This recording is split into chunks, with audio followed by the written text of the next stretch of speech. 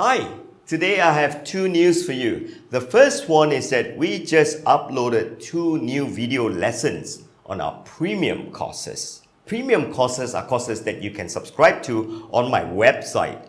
And it just costs $25 for the whole year because of the promo. So that means the whole year you're going to get videos uploaded every week for you to enjoy. And today itself we have two. And there's more to come this week. So total, I know there's going to be 3 or 4 this week itself. That's the first news. The second news is that the premium courses promo ends on the 30th, which is tomorrow. And I get so many emails and messages from subscribers to be saying that, hey, I couldn't make it on time. My bank server just timed out.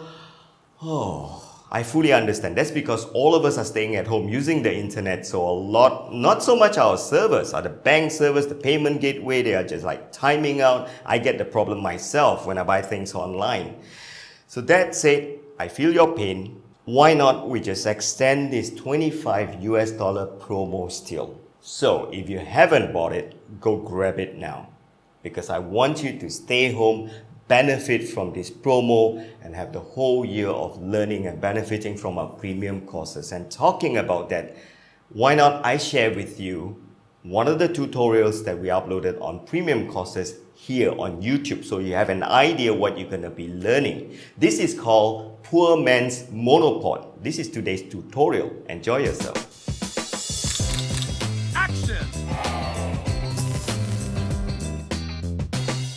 There are many types of camera movements, and by that I mean undesired movements that will make your photos not sharp. Your photos do not look sharp is because your cameras move.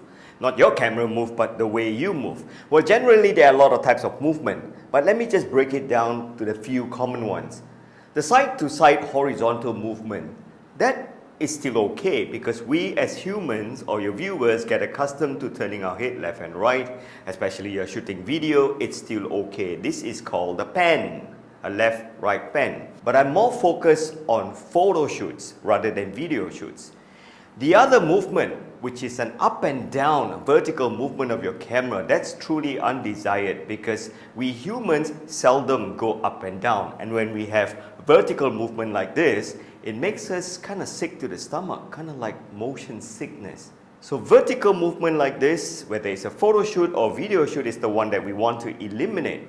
And as such, one of my favorite equipment to own is the Monopod. When I started photography, the equipment that I desired the most was the Monopod. It can be quite expensive, good ones. So just like you, when I started photography, I didn't have that much budget, so I was pretty much poor. And this is what this lesson is about, teaching you how to get a poor man's Monopod. Firstly, you need to have a tripod base plate. This is called a tripod base plate, the plate that you screw to the bottom of your camera. Get one that has a ring at the bottom. The Manfrotto base plate for the photo tripod has this ring. Secondly, you need poster string. Get a string that is as long as your own height. Let's learn to do this now. You probably thought that you're going to take the rope or string and run it through this ring. Don't do that. Then when you're done doing this, it's very hard for you to remove. So the trick is to put this away and instead make a little knot here first. Tie it secure. That's what you're supposed to do. A knot on the string.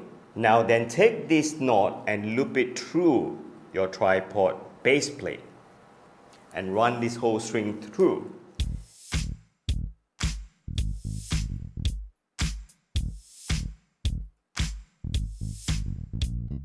That way, you can easily remove this when you're done being a poor man and you want to put this base plate on your tripod in the studio. You can still remove this string and still have your base plate as how it's intended to be.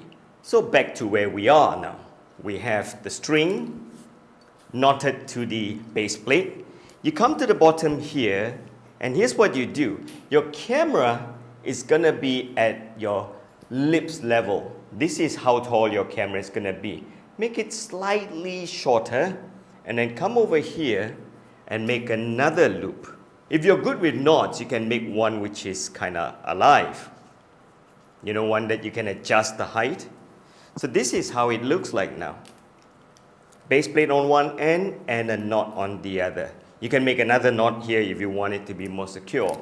So now get your favorite camera and then install the base plate. And what I particularly like about the Manfrotto or most expensive tripod base plate is that the base plate would indicate to you an arrow where the lens is, or the other side. So if you're shooting vertical, you want to mount your base plate this way, it has an arrow indication where the lens is. So you see an arrow and a lens marking. So I've got this good now, so I'm going to turn this on securely.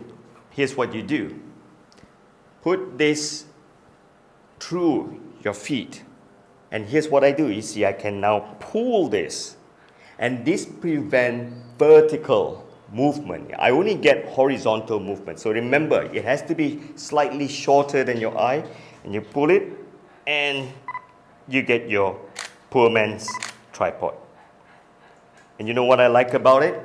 You can still do this. And if you do burst shot, if you're taking sports mode, you can do this. This is cool. Always remember, make this shorter. And there you have it, your poor man's monopod. It prevents you having that vertical motion.